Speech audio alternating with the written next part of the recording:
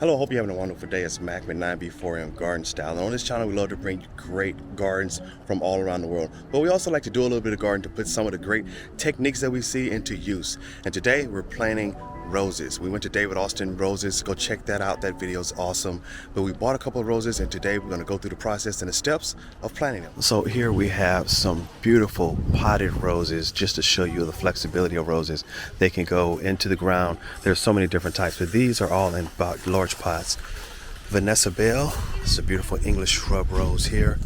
Here is a Vanessa Bell that's been trained into a tree form. You can do that with roses as well. Another large potted rose.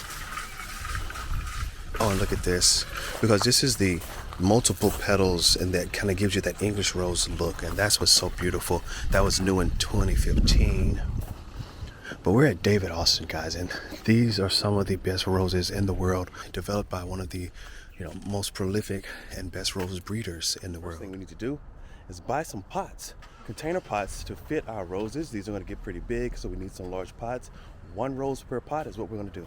So we're at one of our local garden centers, and I love garden centers because they're great places for gardeners, and they have so many wonderful items. We may cover that at some point, but today we're specifically looking for pots for our roses. We need 4 large pots. So here's the pot selection, and I know what I'm looking for. I want pots that are ceramic, but I also want pots that have good drainage and have to have, yes, there's the drainage hole I'm looking for. We're going to sit these up not flush on the ground so they can drain properly. I think this may be large enough for one rose plant.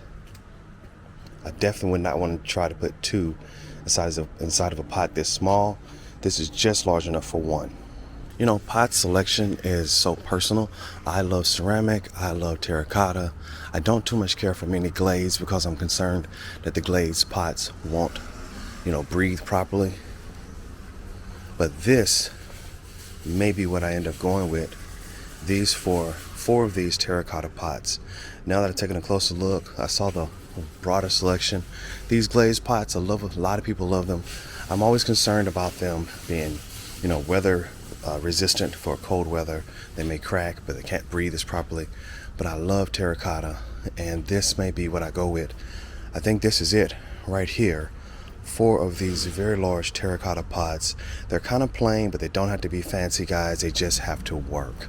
Now, to match each pot and plant, we're going to pick up 4 bags of compost. This is 50 liters each. This compost is specific for pots and baskets and containers. I have the soil at home, and I have my 4 pots. I have them sit on these little tripods to make sure that they're not directly on the ground. I want to make sure that there's ample room for the rose bushes to drain. I have 4 stones I'm going to sit over the holes at the bottom. It's going to be like this, and just sit this over the hole, and then I'm going to their water will still be able to get out of there, but it's going to keep most of the soil in place. So for each pot, I'm just going to sit a large stone over the hole. And that's just something I like to do to slow down that drainage, but still allow it to happen. Now, I'm not just going to sit this one stone. I'm going to then fill in the rest of the pot with some other stones. Let me show you. So I'm going to use these stones around the largest stone to increase drainage at the bottom of this pot. And here you can see now just about 1 inch, 30 centimeters or so of stones here, and then the soil is going to go on top of that. Now, I purchased a compost which is specific for pots, baskets, and containers, and so this is going to have the proper drainage. It's going to do really well for these roses. Now, quickly, I noticed this is a really great compost because I can see fertilizer mixed in here, and there's also perlite, which is going to help with that drainage. So this is a really good compost, especially for roses and for pots. Just kind of digging out this hole here in the center. You only want to go fill up to about to this line here. You don't want to fill all the way up to the very top. This is about as far as I want to fill it. I'm going to actually now add in some mycorrhizae, which is a fungi, which helps the roses grow better. For the roses, I bought a specific David Austin mycorrhizal fungi. This is a broad spectrum of fungi to stimulate. What's going on? You okay? Keep going.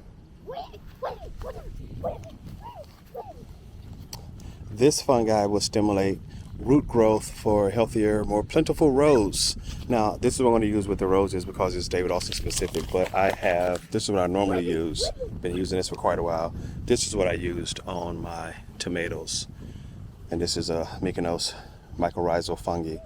which I use. I always use it. Organic root enhancer. It works really well. I'm going to mix this mesmerizing fungi into the soil, and that's really going to help these plants grow prolifically. I'm actually going to mix a little bit of both just to see if it gives me a little extra boost. It says it's great for vegetable, fruits, herbs, and flowers. I'm going to add a little bit of this as well. I doubt it would hurt. Let's see if it helps.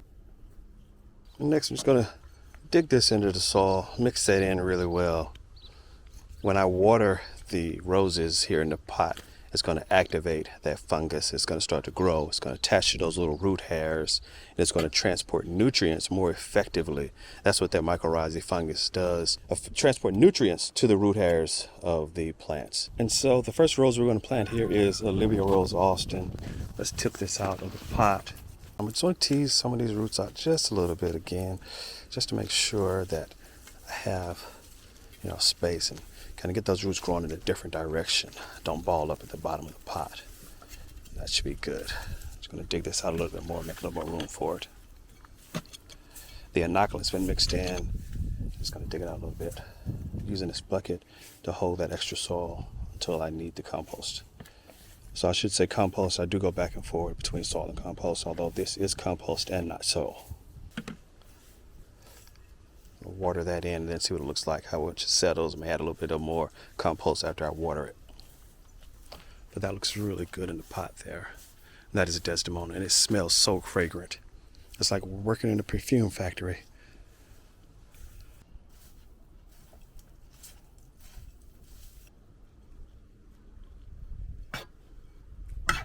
All right, next we're going to plant Donahue, which is the new rose for 2023. This is a medium shrub rose. Really excited. Should get about 3 feet tall and about 4 feet wide.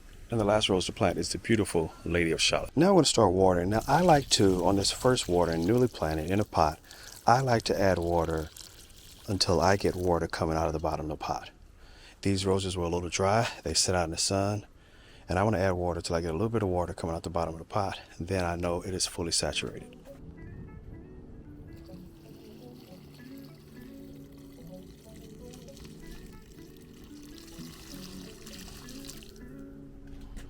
Yeah, start watering that one.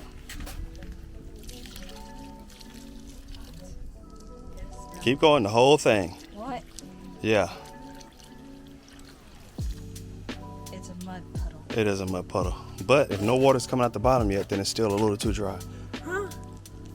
That's the rule. That's the rule for these. The first time watering them, you want to get this water all the way through this.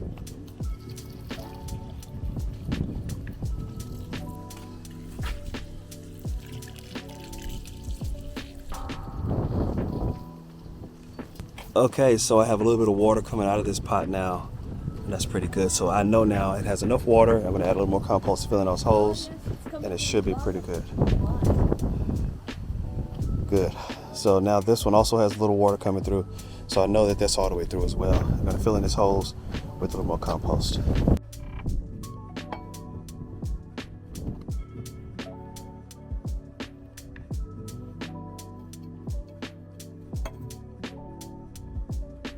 All 4 pots have now been planted, and the roses are all potted up, and we're going to see how they grow over the next period here.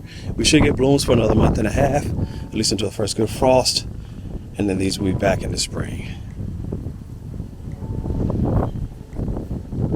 Hey, if you like this content, be sure to like and subscribe, and I'd love to take you to great gardens all around the world, large and small, and throw in a little bit of garden tips along the way. Until next time, take care.